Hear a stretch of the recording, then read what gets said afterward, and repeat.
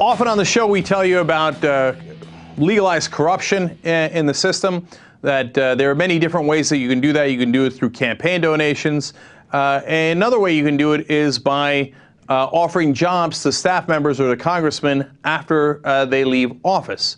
Well, a guy who should know a lot about this is Jack Abramoff. He was interviewed on 60 Minutes. Now, he got busted for doing some illegal actions, but what he's describing here really is not illegal at all. It's the legalized corruption that he's talking about that's endemic to the system.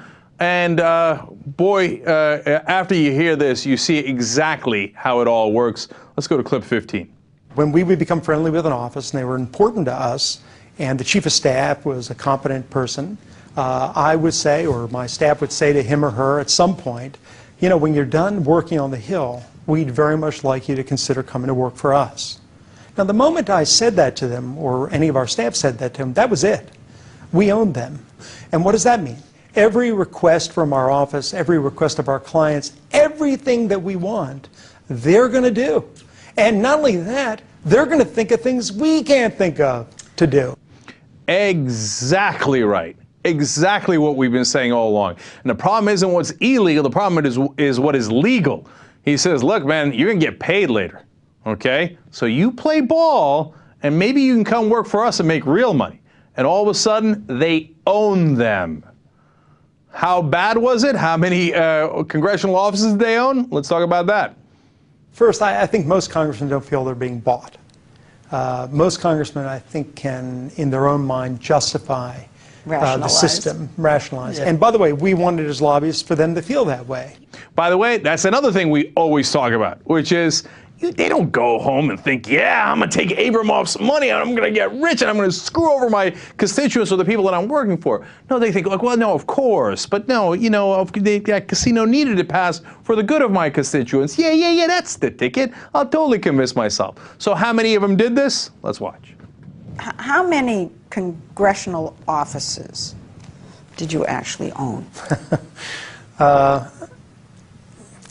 We probably had very strong influence in 100 offices at a time. Come on. No. 100 offices? In those days, I would view that as a failure, because at least 335 offices that we didn't have strong influence in. Look, I don't want to get too sidetracked on this, but Lesley Stahl is a little unbearable. Like, you've been doing 60 Minutes for how many decades? And that's like a huge shock to you that lobbyists like Jack Abramoff come in and say, hey, we'll get you jobs afterwards, and then they get whatever they want? Did you not see any of the things that happened in Congress in the last 10 years, let alone all throughout the... How about Billy Townsend, who wrote a bill for the big drug companies, left office immediately, got $2 million from the drug companies per year because of the bill that he wrote? Did you miss that, Lesley Stahl? And so when he says 100, she's like, oh, it's not 100. It's 535, 435 in the Congress, 100 in the Senate. It's all of them. It's, you know, Chris Dodd, who's a Democrat, writing it before he leaves office. It's Evan Bayh, who's a Democrat. It's every Republican. They go and they say, how much do you want? You're going to get millions. And they say, of course, let me come up with ways to help you that you couldn't even imagine. That's what's wrong with the system. Legalized corruption. Abramoff explains just a little bit more how they did it now.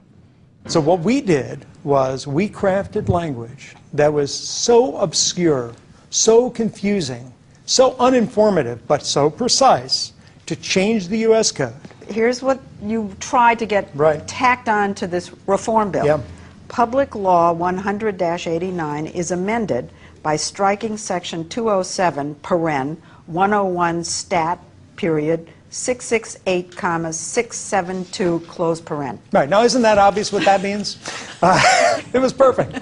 It was perfect. So that's what you tried to get inserted. Yes. And that was going to provide for a casino. Yes. And who on earth is going to know that? No one except the chairman of the committees. Who stuck it in there. Yes. And that's one of the things you used to do. Yes. And it was deliberately written like that. Precisely. Yes. And that's done a lot. Members don't read the bills. That's done every single time. Lesley Stahl's like, really? Seriously? They don't read the bills and they stick it in there. Yeah, of course they stick it in there.